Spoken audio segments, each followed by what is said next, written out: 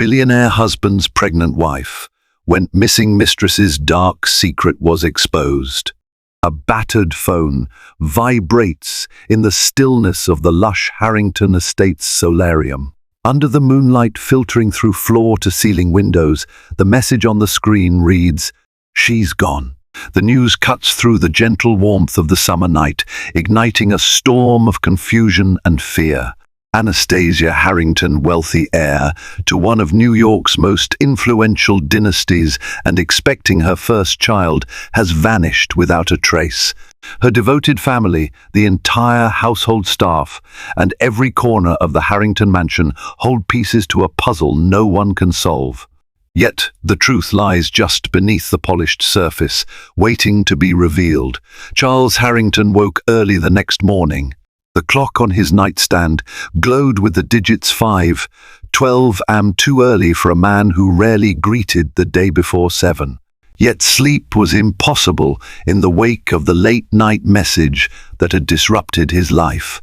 As he sat up in bed, the haze of half-remembered dreams dissolved into a grim reality. Anastasia was missing.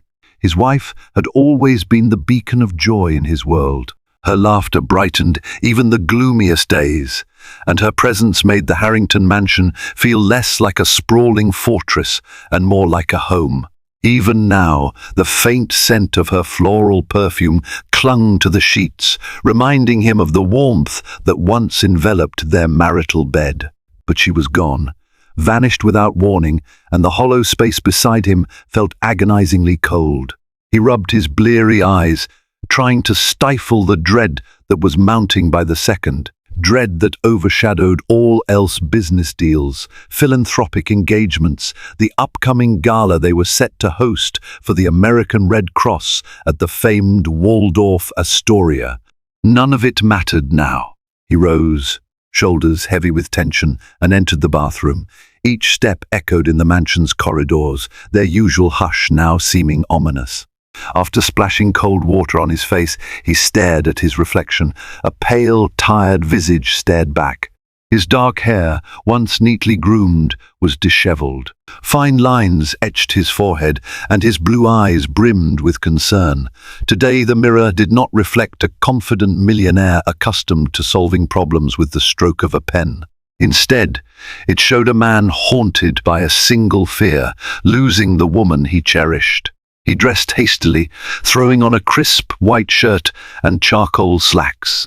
He typically spent careful minutes selecting his suit and cufflinks, an outward reflection of the image he had cultivated as the head of the Harrington Empire. But he felt no urgency to maintain appearances now. The missing gold cufflinks on his dresser hardly registered. There was only one priority. Descending the grand staircase, he found the household staff assembled in the foyer. Never had Charles seen them so solemn. Carmen, the head housekeeper, wrung her hands in worry, her eyes puffy from crying. James, the longtime butler, stood stiffly at attention, waiting to deliver whatever small pieces of information he had gathered. Their concern was sincere. Anastasia had always treated them like family. "Sir," James said gently, stepping forward, "we've contacted the local authorities. They'll be here shortly. Is there anything else you require?" Charles felt a lump form in his throat. He'd inherited the Harrington fortune, but his wealth did little to soften the blow of personal tragedy. "Ensure the gates remain guarded. Nobody leaves or enters without my permission. And if any of you recall seeing or hearing something unusual, come forward immediately." A ripple of agreement passed through the staff. Charles nodded and dismissed them, heading into the study. This room, panelled in dark mahogany and smelling faintly of leather and old books, was where he typically negotiated multi-million-dollar deals. Today, it felt like a sanctuary he might flee to for answers or comfort. He sat behind the massive oak desk, rummaging through his phone for any clue. He called Anastasia's number again. It went straight to voicemail, just like the dozen times he'd tried before dawn. "Please, pick up," he whispered, as if the silent phone might somehow relent and ring.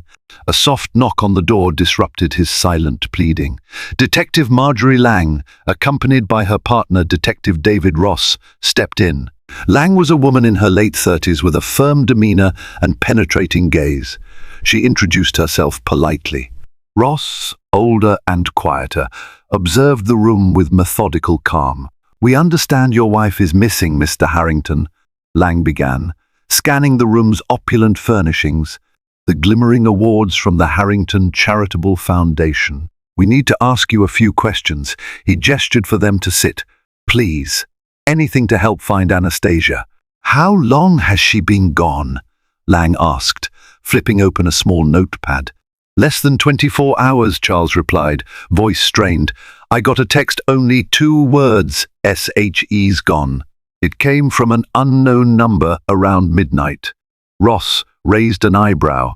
"Did she leave a note? Any indication she might be?" "No," Charles interrupted. "She was excited about the baby.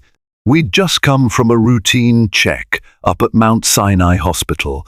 Everything seemed fine." At the mention of Mount Sinai Hospital, Lang's pen paused. She looked up, perhaps noting the specificity of that well-known medical facility in Manhattan. "Were there any arguments or tension between you two recently?" Charles hesitated. Should he mention the rumors that had begun swirling months ago about him and another woman? The tabloids occasionally snapped him in photos with business associates, fueling gossip that lacked substance, or so he wanted to believe. Yet guilt gnawed at him. He wasn't the perfect husband. Nobody was. But he'd done nothing to harm Anastasia. We had the usual disagreements, small things, but never anything serious.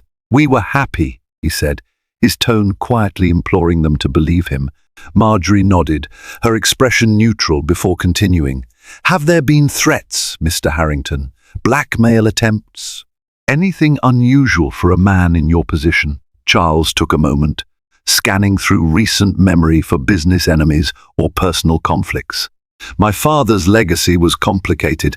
Some old rivalries exist, but it's mostly competition in real estate and investment circles. I haven't received direct threats." Ross noted something on a tablet. "Will dust for prints, examine surveillance footage. Meanwhile, if you think of anything, call us immediately." The detectives left to speak with the staff, and Charles sank back into his leather chair, a wave of exhaustion flooding him. His thoughts raced. Anastasia's pregnancy was well along. She was due in just 3 short months. Her daily schedule revolved around baby preparations, philanthropic work, and the occasional social function. He couldn't fathom any reason for her disappearance. A memory rose unbidden in his mind, the night Anastasia had told him she was pregnant. They were standing on a balcony overlooking Central Park, the city's lights glittering like 1,000 tiny suns. She'd handed him a small box. Inside was a pair of baby socks. He recalled his initial disbelief, melting into euphoric laughter. She smiled, tears in her eyes, and whispered, "We'll be a family now." The realization that he might never see that radiant joy on her face again terrified him. His phone buzzed, cutting through the reverie. He scrambled to answer, hoping it was Anastasia or some new lead. Instead, Vanessa Morland's sultry voice spilled into his ear. "Charles, the first heard the news. This is terrible." Vanessa was a rising star in the fashion industry, known for her dramatic runway shows and extravagant parties. They'd met at a fundraiser months ago. Despite swirling rumors about them, Charles insisted their relationship was strictly business. After all, Vanessa was designing some of the pieces for the upcoming Harrington Foundation charity gala. But her voice, always laced with a seductive undertone, unsettled him. "Now's not a good time, Vanessa," he said curtly, though he tried to maintain civility. "If this is about the gala, we can talk later." Vanessa gave a breathy sigh. "I'm worried about you. I know how much Anastasia means to you. Do you need anything? Someone to talk to? I can come by." "No," he interjected firmly. "The police are here. I need to focus on finding my wife." With that, he ended the call. Setting the phone down, Charles stared at the wood grain of his desk. Though the conversation had been brief, it stirred something in him: guilt, fear, or some combination of both. He told himself it was only about the rumors. He had nothing to hide. And yet, a knot of unease formed in his stomach. He needed to do more. Staying cooped up in the study, waiting for the police to sift through formalities, wasn't an option. He wanted to pound the pavement himself, ask passers-by if they'd seen a woman matching Anastasia's description, plaster the city with her photograph. But the detectives were the experts. He had to trust their process. Still, doing nothing felt like a betrayal. A soft knock at the study door signaled James's cautious entry. "Sir, Detective Lang would like you to see something." Charles followed James down the hallway to the security room. A wall of monitors flickered, each showing different vantage points of the estate: the front gate, the expansive gardens, the perimeter walls, the rear driveway. Lang stood with her arms folded, studying the footage. Ross hovered near a technician who was rewinding the files from the previous night. Ross paused a frame.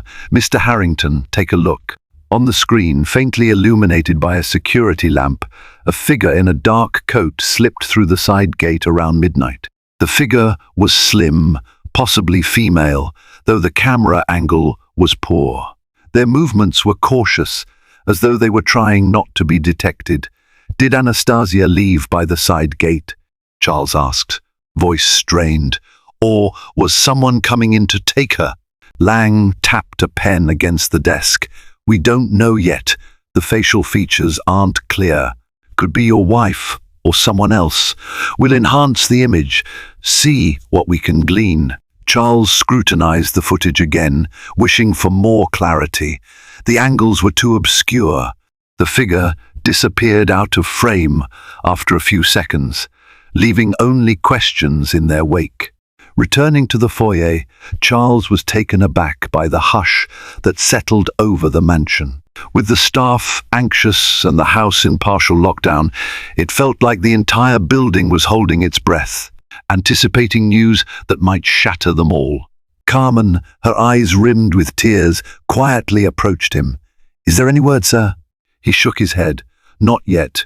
She's going to be okay," the housekeeper insisted, blinking away her tears. "Miss S. Harrington is a strong woman." He nodded appreciatively, though he wasn't certain whether he was comforting Carmen or himself.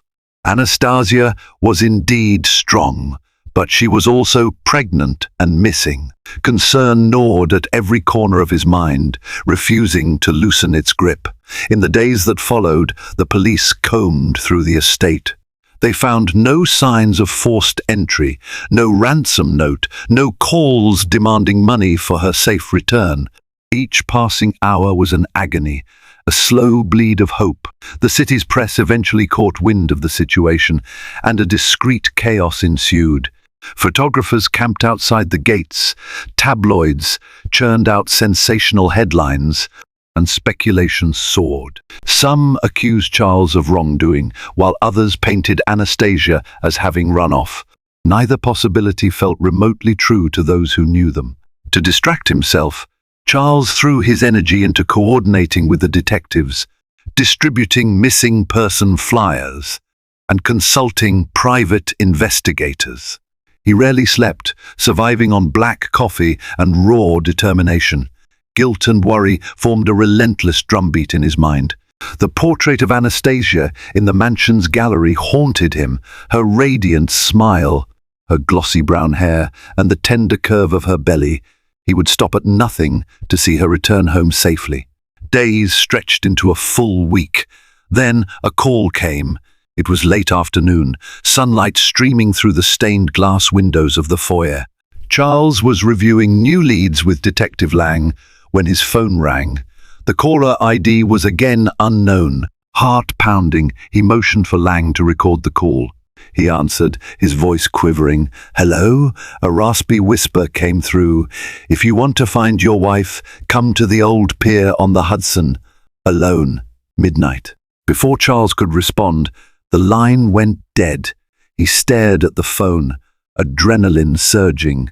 Lang's eyes narrowed, and Ross, who had been silently listening, placed a hand on Charles's shoulder. "We'll trace that call. Don't do anything rash." But Charles's mind was already made up. He had a lead, however dubious, and he would follow it, no matter the risk. He needed to save Anastasia. Nothing else mattered. As the clock ticked toward midnight, Charles found himself driving through the dimly lit streets of Manhattan, passing glittering skyscrapers and quiet residential blocks. The city's hum was subdued at this hour. He tried to calm his breathing. He'd insisted to the detectives that he had to go alone to maintain the integrity of the lead, but they vowed to tail him at a distance for his own safety. He parked near the abandoned pier, the air thick with salt and decay. The old wooden planks creaked underfoot as he approached.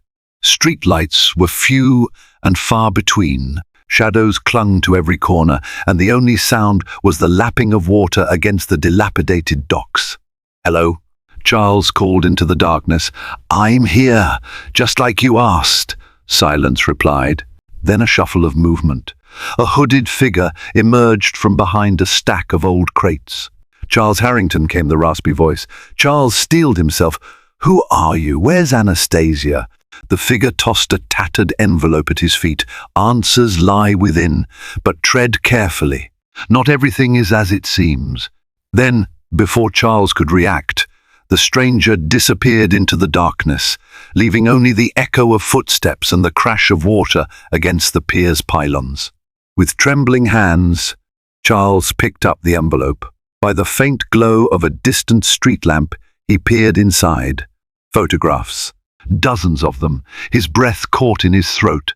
In each one, he was standing intimately close to Vanessa Morland, at events, dinners, private meetings. Some photos were innocently professional, others taken at angles that implied more. One image showed him brushing a strand of hair from Vanessa's face. Another captured them leaving a hotel, though he recalled it as a short business meeting over a potential property development. But seen out of context, the images felt damning. Attached was a note scrawled in bold letters. "She knows.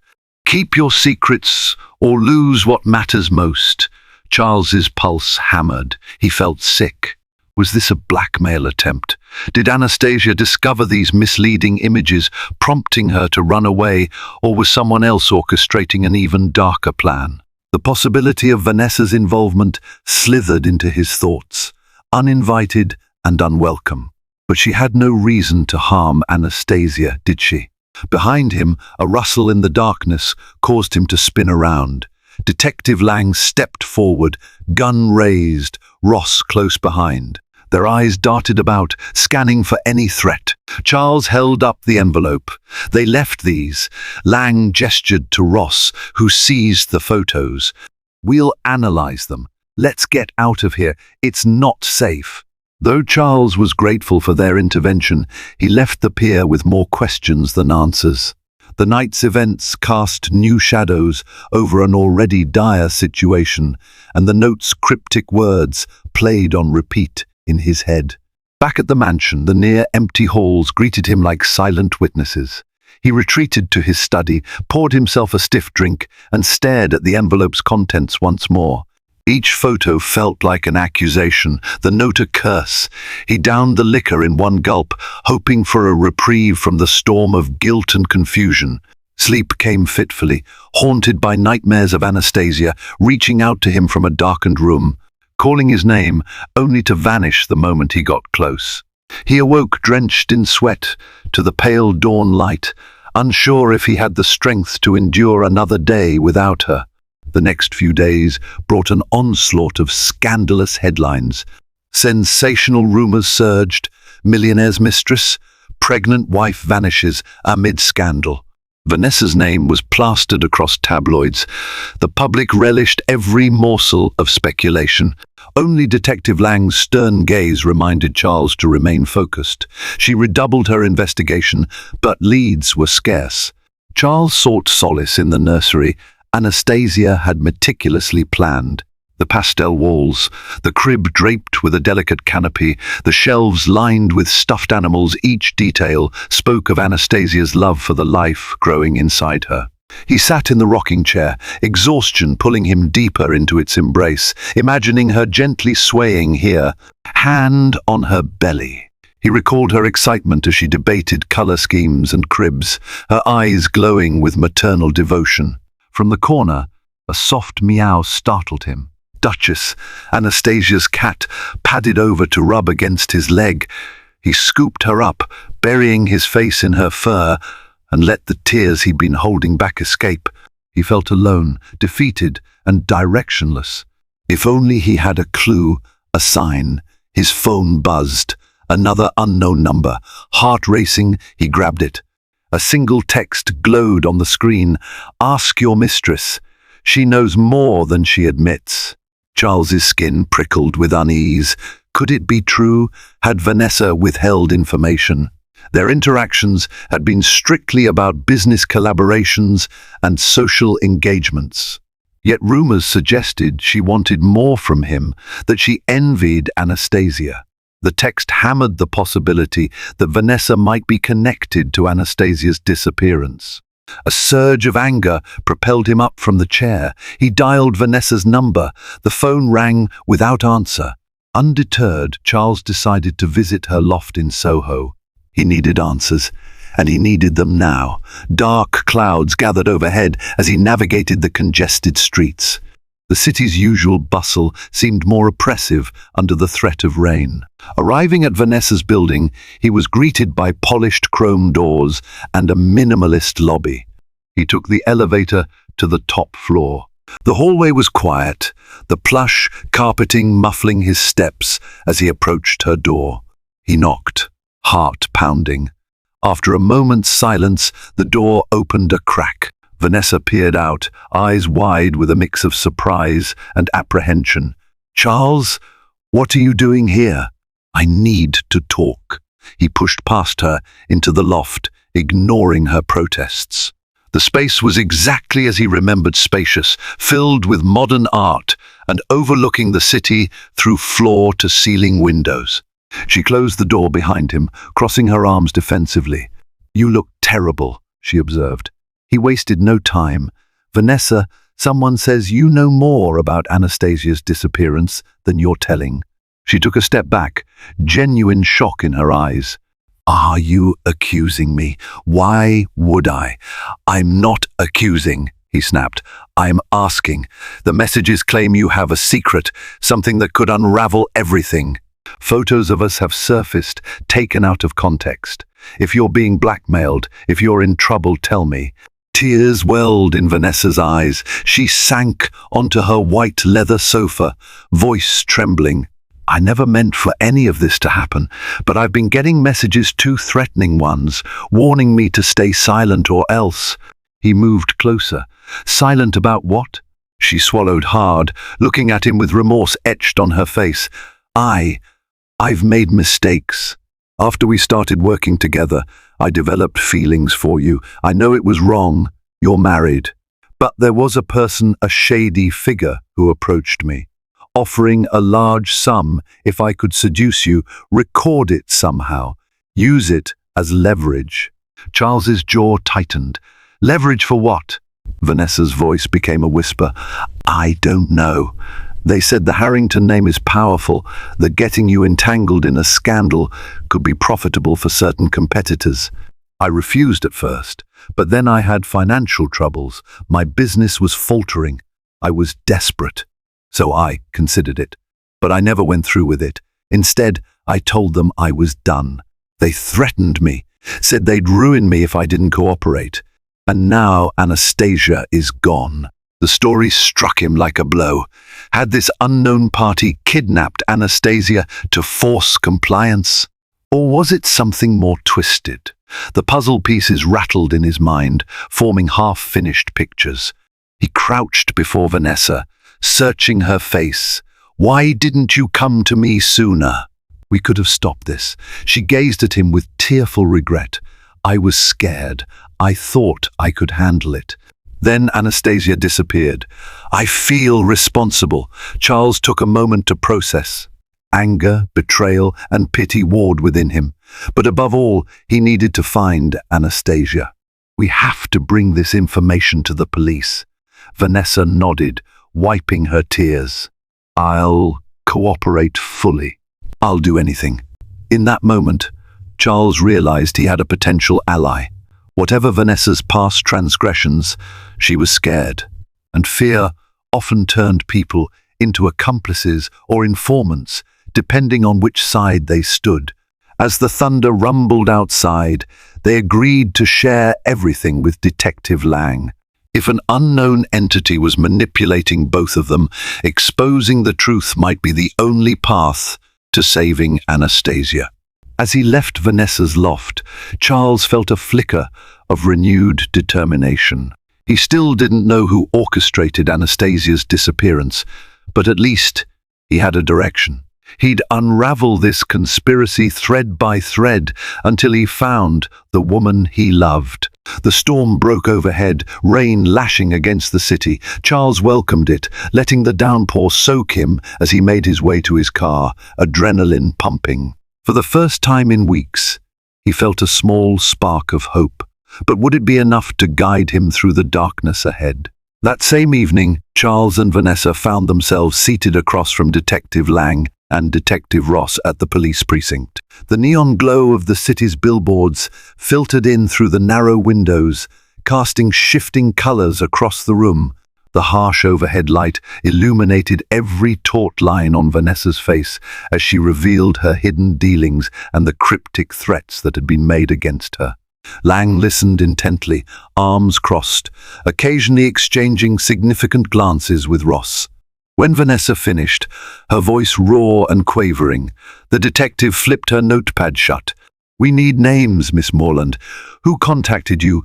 Vanessa shook her head, despair clear in her eyes. "I never saw their faces. They communicated through blocked numbers and anonymous emails. Once, they left an envelope with money at my office's reception desk. No return address." Ross leaned forward, his voice calm but firm. "Do you have anything else, a phone number, even if it's disconnected, or an email address?" Vanessa pulled her phone from her purse. "I forwarded it all to myself, in case something went wrong." Lang took the device carefully, passing it to a tech specialist. "We'll do what we can. Cyber forensics can sometimes trace even the most determined anonymizers." She turned to Charles. "This could be the breakthrough we need. But don't get your hopes up too quickly. Whoever did this is meticulous."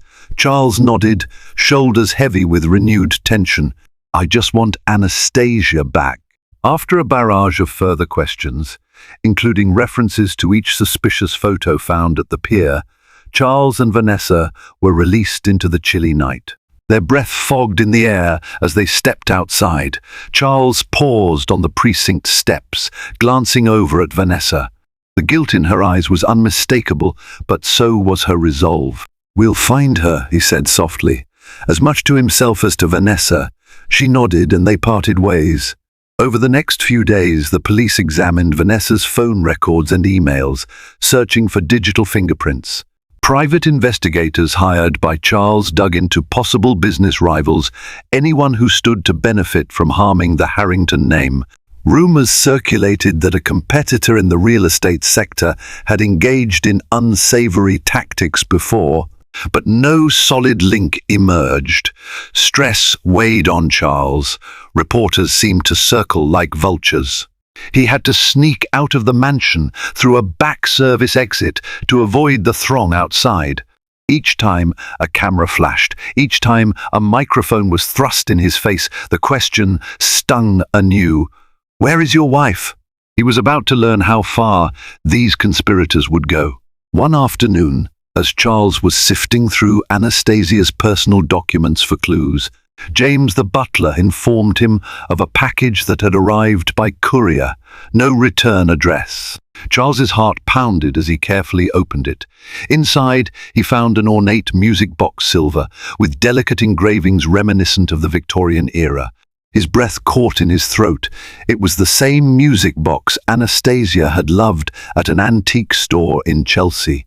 She had admired it, even cradled it in her palms, but decided not to purchase it because the price was exorbitant. He lifted the lid. A gentle lullaby began to play, its melody achingly familiar. Nestled within was a single piece of paper. In elegant script it read, "Her lullaby awaits a mother's embrace." Time is running out. Charles's heart seized. This was no simple taunt. It was a reference to the unborn child, and it hammered home the captor's awareness of Anastasia's pregnancy. He realized he was dealing with someone who not only wanted leverage, but who took pleasure in taunting him. Clutching the music box, Charles rushed to call Detective Lang. She arrived within the hour. Her jaw clenched at the sight of the cryptic message. "They're escalating," she muttered. "We'll fingerprint the box and see if we can trace its origin." For days, the lullaby haunted Charles's every thought. The ticking clock of Anastasia's pregnancy overshadowed all else. Each passing moment drew them closer to her due date. Was she receiving medical care? Was she safe? A restless night found Charles pacing the length of the mansion's second-floor corridor. The hush of the house, broken only by the distant hum of the city beyond. In the darkness, Anastasia's absence pressed on him like a physical weight. In a desperate bid for answers, Charles commissioned a second private investigator, an ex-CIA operative named Samantha Gray. She was reputed to have a sharp eye for detail and an uncanny ability to navigate the murky underbelly of New York's elite. Samantha arrived at the mansion looking poised and determined. Her handshake was firm, her gaze unwavering. "I won't promise miracles, Mr. Harrington," she told him plainly, "but I will follow every lead, no matter how small." She began by reviewing the security footage, the ransom notes, the suspicious photos, and the newly arrived music box. The entire mansion was at her disposal. By the end of her first day, she had formed theories, some plausible, some far-fetched, but she insisted every angle be pursued. "There's a chance," Samantha said to Charles, "that the kidnappers wanted you to suspect Vanessa, to turn you against each other. Dividing potential allies is a common tactic, but we need more concrete proof." Late one night, Samantha cornered Charles in the study. "I've been digging into your father's records," she said, setting a thick file on the desk. "It appears that the Harrington Empire wasn't built without stepping on some dangerous toes. There's one name that keeps popping up, Roland Pierce." Charles frowned. He recognized the name, an old rival of his father's, known for shady business practices. He'd vanished from the public eye years ago after a high-profile lawsuit. What does he have to do with this? Samantha flipped through her notes. "Roland Pierce lost a huge development contract to your family's firm, Harrington Holdings, nearly 2 decades ago. After that, his fortunes declined, and he was implicated in a bribery scandal. According to some rumors, he vowed revenge, blaming your father for orchestrating his downfall." Charles felt a chill settle in his gut. Could Pierce be behind this? Had he nursed a grudge all these years, waiting for the perfect moment to strike? It was possible. But would Pierce resort to kidnapping a pregnant woman? As the investigation wore on, a sense of claustrophobia tightened around Charles. The mansion's opulence felt hollow without Anastasia's warmth. He couldn't walk by the grand piano without remembering the nights she would play softly, or pass the dining room without seeing the ghost of her smile at the head of the table. Every moment reminded him of her absence. Vanessa, for her part, cooperated fully. She gave the police the emails, phone records, everything, yet her involvement remained a contentious issue in the media. If she walked down the street, paparazzi hounded her with questions. She claimed innocence, but suspicion lingered. Now that her business deals were scrutinized, some of her investors pulled out, fearing scandal. Vanessa confided to Charles that she felt cursed, unable to escape the web she'd stumbled into. Charles tried to remain detached, but her confession stirred both sympathy and anger. She had, after all, unwittingly set events in motion. Then came a chilling development. Detective Lang summoned Charles to the station to review newly obtained security footage from a small facility on the outskirts of the city. The grainy video showed a hooded figure entering an abandoned warehouse late at night. In the corner of one frame, a woman's silhouette could be seen, seemingly captive. The figure in the hood moved with deliberate caution, as though aware of the camera's presence. Lang paused the tape. The silhouette is consistent with Anastasia's build, though it's impossible to confirm. We're working on analyzing the height and posture. Charles leaned in, heart thundering. Where is this place? An old industrial site near the harbor, Lang replied. It's been closed for years. We're preparing a raid, but we need to be sure she's there. We can't risk spooking them and moving Anastasia again. Charles's frustration mounted. She could be in danger now. If that's Anastasia, we're doing everything we can, Lang said firmly, placing a hand on his shoulder. But we must tread carefully. Despite the detective's assurances, Charles found the weight unbearable. Days dragged on as the police prepared their operation, gathering intelligence and scanning the area for any sign of suspicious activity. Samantha coordinated with the police, convinced that they were on the cusp of a breakthrough. In the meantime, the media frenzy escalated. Online forums brimmed with wild theories. Some cast Charles as a villain, orchestrating a grand publicity stunt. Others speculated that Anastasia had staged her own disappearance. Still others insisted a scorned mistress had sought revenge. Each rumor sliced deeper into Charles's psyche. He yearned to go on television and denounce the speculation, to proclaim his innocence and Anastasia's victimhood, but the police advised against it. Better to remain quiet, so as not to jeopardize the investigation. Finally, after what felt like an eternity, Detective Lang called Charles with urgent news. We have credible evidence that Anastasia is indeed being held in that warehouse. A rescue operation is set for tonight. You should stay put. We don't want you in harm's way. Charles agreed, but as he hung up, an internal battle raged. Every fiber of his being wanted to storm that warehouse, consequences be damned. Yet he understood that the professionals were better equipped. He paced the length of the mansion's foyer, cell phone clutched so tightly his knuckles turned white. The staff hovered anxiously, silent prayers written on their faces. The clock struck midnight, and Charles could bear it no longer. He phoned Samantha. "I need to be there." "Charles, listen," Lang explicitly said. "I don't care. I can't sit here while my wife could be rescued or lost forever." Samantha hesitated. "Fine, but stay in the car. I'll text you the location. Do not compromise the operation." Heart pounding, Charles grabbed his coat and keys. He told James to lock up behind him. The old butler merely nodded, tears shining in his eyes. "Bring her home, sir." The drive felt surreal. As he navigated the deserted streets, memories of Anastasia flooded his mind. The times they danced barefoot in the living room, the mornings they read the paper together in bed, the look of pure joy on her face when she first felt the baby kick. Each recollection bolstered his determination. He arrived at a vantage point near the warehouse where Samantha waited in an unmarked car. Rain drizzled, turning the grime-laced pavement slick. Police vehicles surrounded the building, lights off to maintain stealth. Lang and Ross were stationed at a command post, coordinating armed officers dressed in tactical gear. Charles's heart hammered as they relayed final instructions over their radios. The go signal came. With precise efficiency, The SWAT team breached the warehouse. The flash of stun grenades lit the night, followed by shouts and gunfire. Charles strained to see through the gloom, breath catching in his throat every time a shot echoed.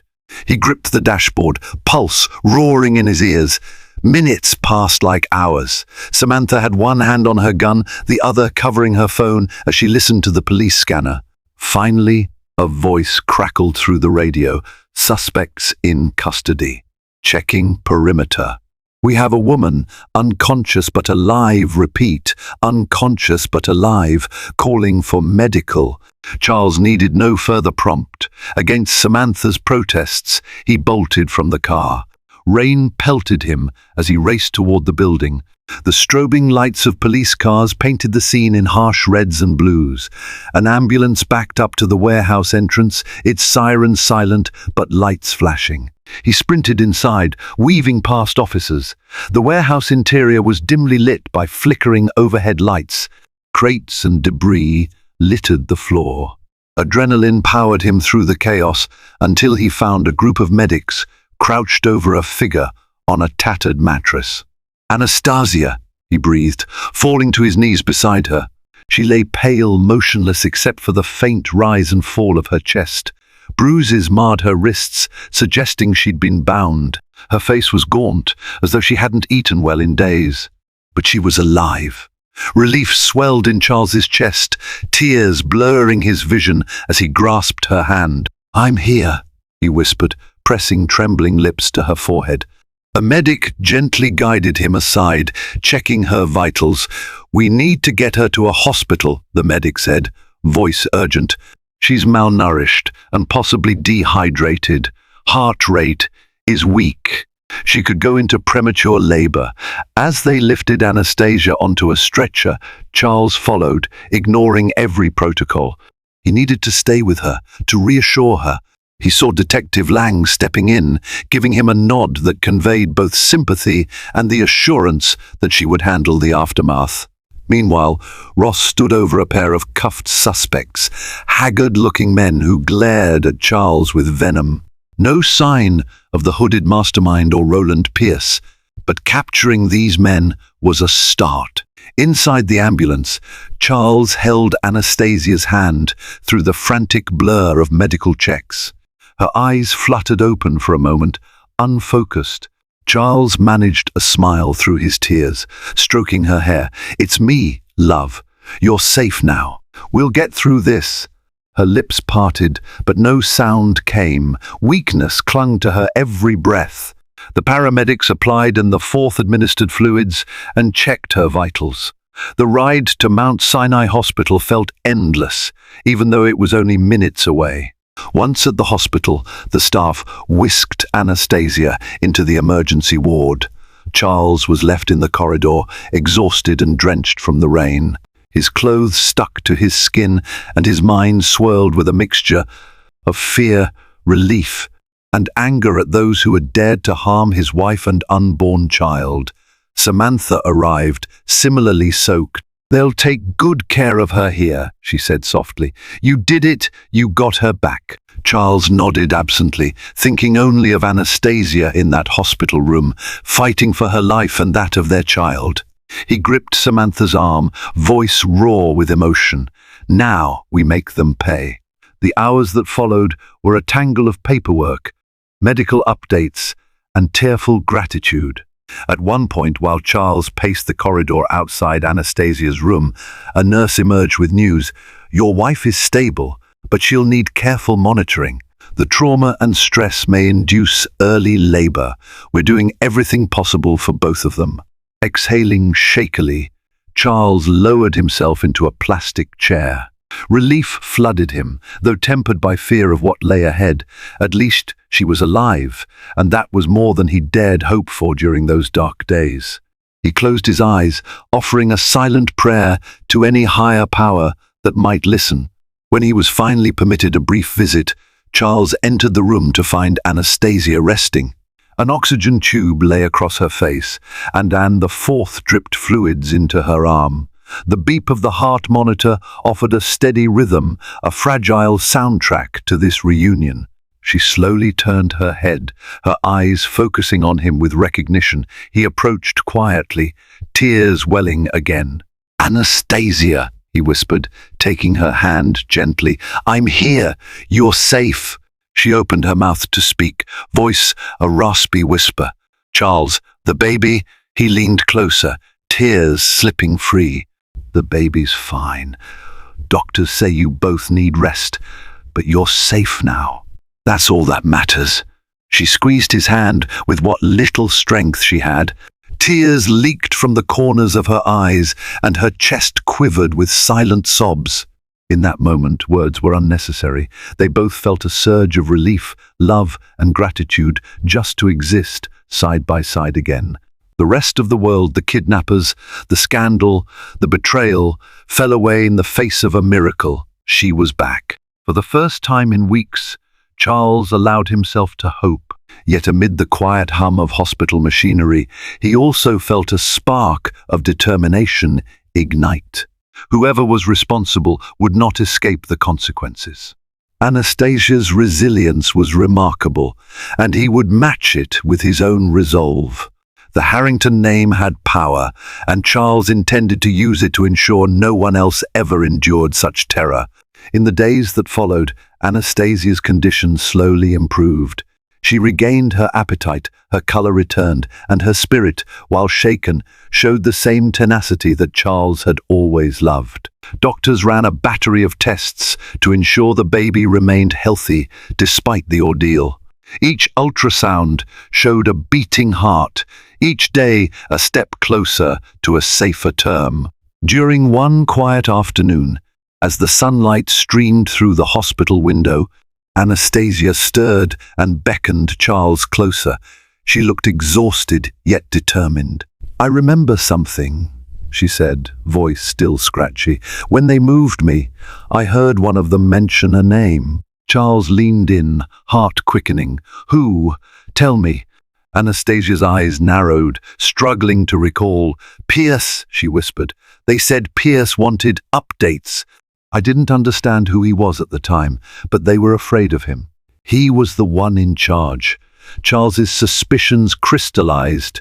Roland Pierce was indeed behind it. He brushed a hand across Anastasia's cheek. "We'll get him," he vowed. "He won't hurt us anymore." Her eyes closed, tears clinging to her lashes. "Charles, I was so scared, not just for me, but for our baby." He leaned down, pressing a gentle kiss to her brow. "We're together again. That's what matters. Focus on healing. I'll deal with Pierce." With Anastasia out of immediate danger, Charles turned his attention to the hunt for Roland Pierce. Through Samantha's connections and the official police inquiry, they followed a paper trail of shell companies and hidden accounts, all pointing to an elaborate network tied to Pierce. The man had spent years rebuilding his fortune in the shadows, orchestrating a labyrinth of dark deals. Kidnapping Anastasia was likely his final gambit to break the Harrington family from within, possibly to extort money or to drive them into public ruin. The plan might have succeeded had Anastasia not survived. As the evidence mounted, the police issued a warrant for Pierce's arrest. But finding him proved more challenging. He was a ghost, flitting between safe houses, leaving minimal digital footprints. Still, Detective Lang refused to relent. "He'll slip up," she insisted, "and when he does, we'll be there." During this tense waiting period, Charles immersed himself in Anastasia's recovery. He brought her favorite meals under the watchful eye of the hospital's dietary guidelines, made sure she had fresh flowers, and read her the notes of concern and well wishes that poured in from her friends. The staff at Mount Sinai Hospital had grown protective of Anastasia, warding off the more intrusive members of the press who tried to infiltrate the ward. Each quiet moment was a treasure, a testament to the fragility of life and love. When Anastasia was strong enough, she recounted more details of her captivity to the detectives. She remembered being taken in the middle of the night, a cloth pressed to her face that made her lose consciousness. She woke bound in a dimly lit room with two men who treated her roughly but kept her alive. presumably under orders from someone else. They frequently mentioned instructions from the boss. She endured days in darkness, minimal food, and threats that made her despair for her child's future. But each day she clung to the image of Charles's face, the promise of a better tomorrow. Hearing her ordeal made Charles's blood boil and spurred him to further action. He pressed every contact he had, political allies, business associates, and philanthropic organizations to help flush Pierce from hiding. Soon, pressure mounted. A few more of Pierce's accomplices were apprehended, and they began naming names to lighten their own sentences. Finally, a breakthrough arrived in the form of an intercepted phone call. Police traced Pierce to a small estate upstate, far from the prying eyes of the city. Detective Lang wasted no time organizing a multi-agency task force to apprehend him. Charles wanted to be there, but she forbade it, reminding him it was a police matter. He relented, focusing on Anastasia, who was nearing the end of her hospital stay. On a sunny afternoon, nearly a month after Anastasia's rescue, Detective Lang called with the update Charles had been waiting for. Pierce was in custody. He'd been arrested without incident, a sallow, furious man who reportedly spat curses at the officers. He's facing kidnapping, extortion, and conspiracy charges, among others, Lang reported. He'll be in jail a long time. When Charles relayed the news to Anastasia, a palpable weight lifted from the room. She exhaled in relief, tears filling her eyes. "It's over," she said, a tremor of disbelief in her voice. He nodded, embracing her carefully, mindful of her growing belly. "Yes, love, it's over." But while Pierce's capture closed one chapter of their nightmare, the scars it left behind would take time to heal. Anastasia began physical therapy to regain strength, and the hospital's counselors offered sessions to help her process the trauma. Charles, too, found himself waking from nightmares, heart pounding. He hadn't been the one kidnapped, but the fear of losing the love of his life weighed heavily on him. Through it all, they leaned on each other, forging a bond tempered by adversity. Their marriage was tested by fear, guilt, and uncertainty, but it emerged stronger than ever. The tabloids moved on to fresher scandals, and though rumors lingered, the truth of Vanessa's coerced involvement finally emerged. Vanessa, having cooperated fully with the police, was exonerated of any criminal wrongdoing, though her reputation remained bruised. She apologized to Charles and Anastasia in person. The meeting was tense, tears were shed, but ultimately, Anastasia chose forgiveness, not wanting the bitterness of betrayal to poison her new lease on life. As the summer heat gave way to the crisp air of autumn, Anastasia moved back into the mansion. The staff greeted her with flowers, tears, and applause. She walked through the halls, reacquainting herself with the home that had once felt like a safe haven.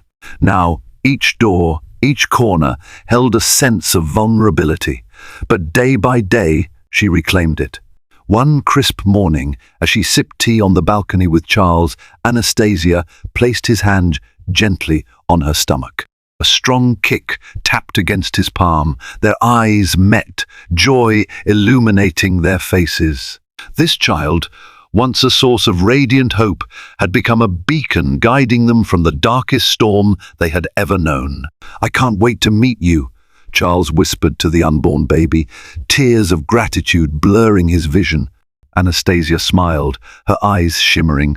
Life wasn't perfect. The legal proceedings against Pierce stretched on. Charles and Anastasia would likely have to testify, reliving the nightmare. But with each other's support, they felt ready to face it. The malicious schemes that had tried to drive them apart had only served to underscore the depth of their connection. Their story was one of survival, unity, and the unwavering power of love in the face of adversity. Even in the darkest hours, they had found light in each other. And now, with Anastasia safely home and a new life stirring in her womb, they looked forward to the day their child would join them, a living testament to the resilience that had kept them going. The mistress's dark secret had been exposed, the kidnapper unmasked, and the threads of deceit unraveled. In their place, a renewed sense of purpose and hope flourished. In the hush of the Harrington mansion, two hearts beat in quiet harmony, awaiting the arrival of a third. A future once threatened by greed and betrayal now promised a chance at healing and new beginnings. A family tested by shadows now stands on the threshold of a brighter tomorrow.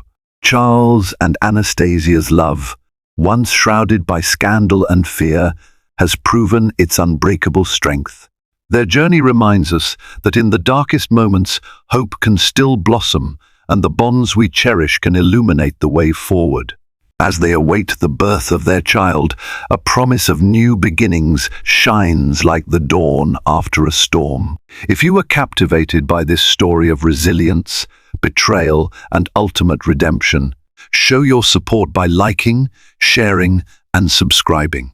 Let others join in uncovering the twists and turns that shaped this gripping tale.